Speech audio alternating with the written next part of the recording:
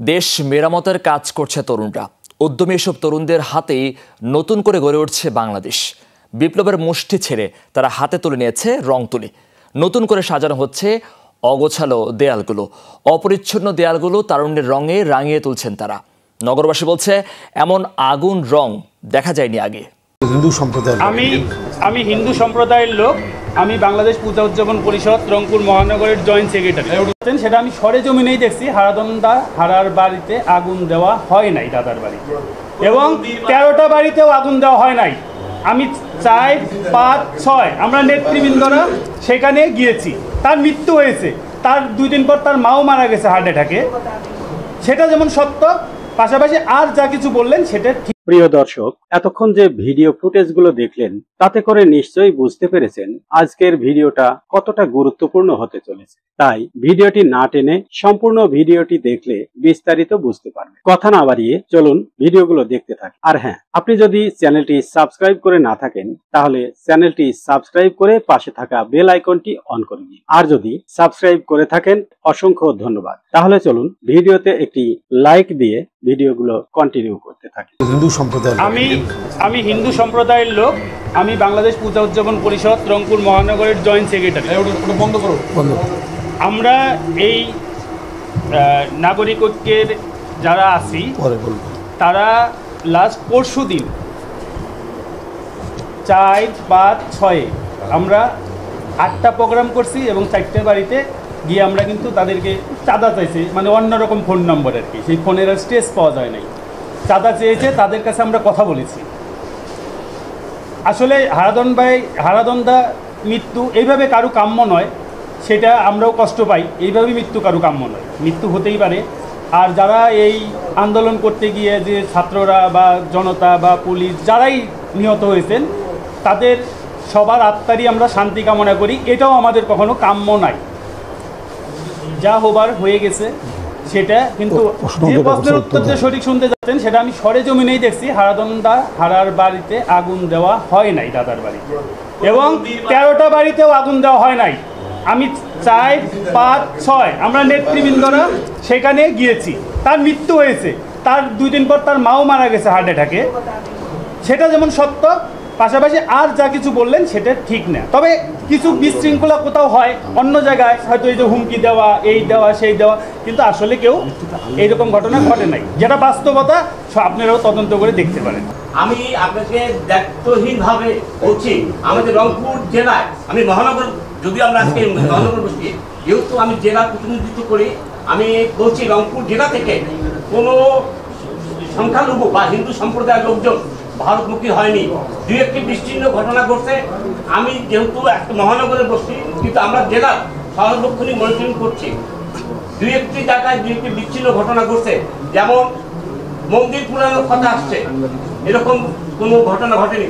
হয়তো বা রাস্তা দিয়ে আমি যাচ্ছি, 2টা ঢিল মারছে, বাট মন্দির পুরানোর মতন ঘটনা আমাদের রংপুর জেলায় এখন পর্যন্ত ঘটেনি। সংখ্যালঘু সম্প্রদায়ের লোক ভারতমুখী হয়নি। কোতোয়ালি থানা থাকা সভাপতি, আমার এই ঘটনাগুলো ঘটার থেকে, যেদিন থেকে এই মিথ্যা প্রচার এবং প্রোপাগান্ডা চালাচ্ছে আমাদের সম্প্রদায়কে ঘিরে, সনাতন সম্প্রদায়কে ঘিরে, আমি দায়িত্ব নিয়ে বলতে চাই, রংপুর মহানগরে এরকম কোনো ঘটনা ঘটে নাই। থেকে এই জিনিস প্রচার করতেছে, ফেসবুকে আসতেছে। আমরা কারো মোবাইলের বাটন অফ করে রাখতে পারবো না। দুষ্কৃতিকারীরা মিথ্যা তথ্য দিয়ে আমাদেরকে বিভ্রান্ত করাচ্ছে, আপনাদেরকে বিভ্রান্ত করাচ্ছে। আপনারা সাংবাদিক, আপনাদের কলমের জোর অনেক বেশি। কাজে আমরা আমাদের এই মঞ্চ থেকে বলতে চাই যে এই মিথ্যাগুলোকে আপনারা ঢাকেন এবং মিথ্যাগুলোকে আপনারা অ্যাভয়েড করেন। আমরা যেটা বলতে চাই যে আমি বাংলাদেশ পূজা উদযাপন পরিষদ মহানগর শাখার সহসভাপতি হিসেবে বলতে চাই যে মহানগরে এই ধরনের কোনো ঘটনা ঘটেনি এবং ঘটবেও। দেশ মেরামতের কাজ করছে তরুণরা। উদ্যমী এসব তরুণদের হাতেই নতুন করে গড়ে উঠছে বাংলাদেশ। বিপ্লবের মুষ্টি ছেড়ে তারা হাতে তুলে নিয়েছে রং তুলি। নতুন করে সাজানো হচ্ছে অগোছালো দেয়ালগুলো। অপরিচ্ছন্ন দেয়ালগুলো তারুণ্যের রঙে রাঙিয়ে তুলছেন তারা। নগরবাসী বলছে, এমন আগুন রং দেখা যায়নি আগে।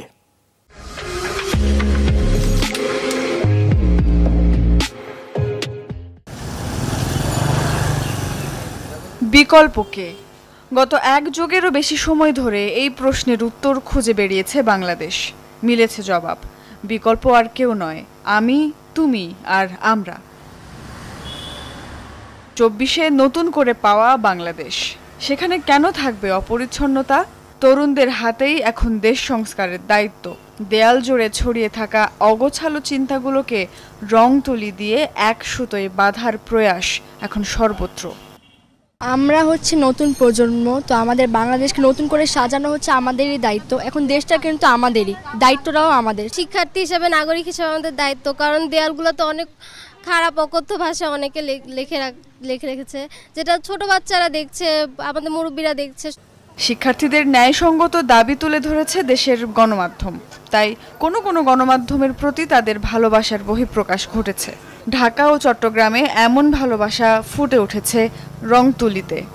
এত সুন্দর যে ওয়াল আর্টগুলো হয়েছে দেখে অন্যরকম একটা শান্তি লাগছে। আর আমার বাচ্চাগুলা এই বয়সে স্বাধীনতা দেখতে পাইলো, এটা ওদের জন্য একটা অনেক বড় অ্যাচিভমেন্ট। চেষ্টা করেছি, ভিতর কেঁদেছি, কিন্তু আমরা আমাদের বহিঃপ্রকাশ ঘটাতে পারিনি, আমরা আনসাকসেসফুল ছিলাম।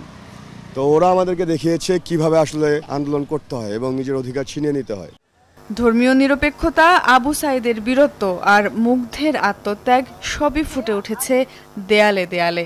যে দেয়ালে কয়েকদিন আগেও ছিল রক্তের দাগ, ছিল ছাত্রদের দাবি আর ক্ষোভের বহিঃপ্রকাশ, সেই দেয়ালই এখন কতই না রঙিন। সবকিছুই যে সময়ের সঙ্গে পাল্টে যায়, এ তারই প্রমাণ। এখন যখন প্রোটেস্ট করতেছিলাম তখন আমরা সবাই ক্ষোভের আগে লিখছি, বাট অনেকে অনেক গালি লিখছে, অনেকে অনেক খারাপ বাজে মন্তব্য করছে। ওগুলা মুছার দায়িত্ব আমাদের, যেহেতু আমরা নষ্ট করছি, এটাকে গুছানোর দায়িত্ব আমার। আগে কখনো ছিল না, আগে তো সব ছাত্রলীগের অনেক কিছু লেখা ছিল, আর প্রতিবাদী কিছু লেখা যাইতো না, ঠিক আছে। আর আমার জানার মধ্যে যেটা লিখলেও সেটা মিশিয়ে ফেলা হইতো। দেশের জন্য তো এটা ভালো, এটা তো করে ছাত্রদের জন্য আমরা পাইছি, এটা তো আমরা নতুন রং পাইতাম না। যে ক্ষত হয়েছে বাংলাদেশের, তা সারতে হয়তো সময় লাগবে, তবে এমন রক্তক্ষরণ আর না হোক। শান্তিতে থাক প্রাণের দেশ, এ কামনা সবার। সুমাইয়া ঐশী, যমুনা নিউজ, ঢাকা। প্রিয় দর্শক, সম্পূর্ণ ভিডিওটি দেখার জন্য আপনাকে অসংখ্য ধন্যবাদ। ভিডিওটি দেখে কি উপলব্ধি করতে পারলেন তা কমেন্ট বক্সে লিখুন। ফিরছি পরবর্তী কোনো ভিডিওতে নতুন কোনো টপিক নিয়ে। ততক্ষণ পর্যন্ত ভালো থাকবেন, সুস্থ থাকবেন, এই শুভকামনায় আজ এ পর্যন্তই। আল্লাহ হাফেজ।